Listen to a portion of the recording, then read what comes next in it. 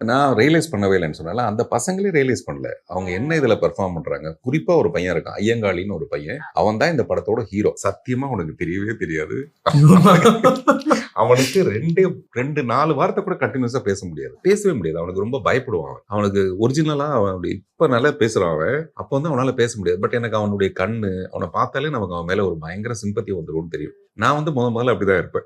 ஆரம்பத்துல நான் சினிமாவுக்கு வரும்போது, இல்ல புதிய இதுல தாமணி கனவுல நான் ஆக்ட் பண்ணும்போது, அப்படி ஒரு சிம்பத்தியான ஒரு ரோல் அது. அதுக்கு இந்த பையன் ரொம்ப கரெக்ட்டா இருப்பான்னு நான் டிசைட் பண்ணிடுறேன். அதுக்கு தான் நெறைய போட்டி இருந்தது. அவனுக்கு வந்து அவ்வளவு இம்பார்ட்டன்டான ரோல் பண்றோம்னு அவனுக்கு தெரியாது. கிளைமாக்ஸ்ல ஒரே ஒரு பெரிய டயலாக், அந்த டயலாக் மட்டும் கிட்டத்தட்ட ஒரு 3/4 நாள் என்ன காலி பண்ணான்.